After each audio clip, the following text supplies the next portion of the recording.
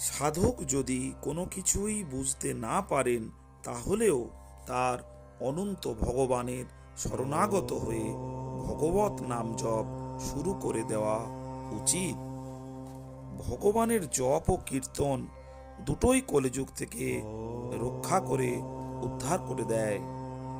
নাম জপে প্রগতির লক্ষণ হলো নাম জপে কোনো ছেদ পড়বে না।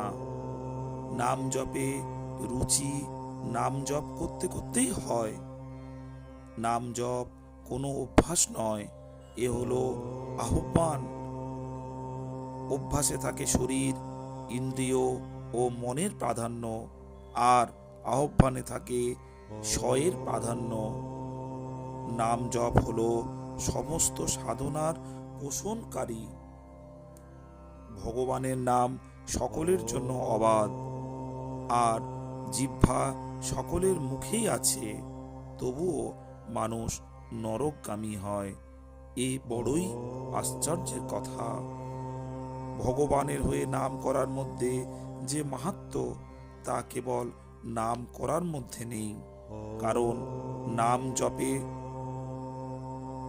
নামিতে অর্থাৎ ভগবানই প্রেম হলো মুখ্য, উচ্চারণ মুখ্য নয়।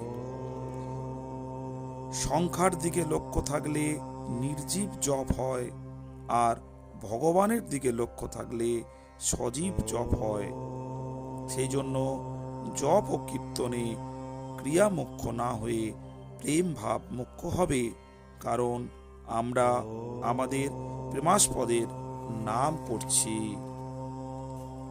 ভগবানের কোন নাম বড় বা কোন রূপ বড়, এই পরীক্ষা না করে সাধকের নিজেকে পরীক্ষা করা উচিত যে কোন নাম আর কোন রূপ তার অধিক প্রিয়। শ্রোতাজনেরা, নাম জপের মাহাত্ম্য শুনলেন। ঈশ্বর চিন্তার মধ্য দিয়ে আপনারা ভগবানের স্মরণ নিন। ভগবানের নাম করলেই হবে। কিভাবে করবেন সেটা আপনার অনুভূতি বলে দেবে, কিন্তু ঈশ্বরকে ধরে থাকতে হবে। ঈশ্বরকে না ধরে থাকলে এই কলিযুগ থেকে মুক্তি পাওয়া যাবে না। ভালো থাকবেন শ্রোতাজন। নমস্কার।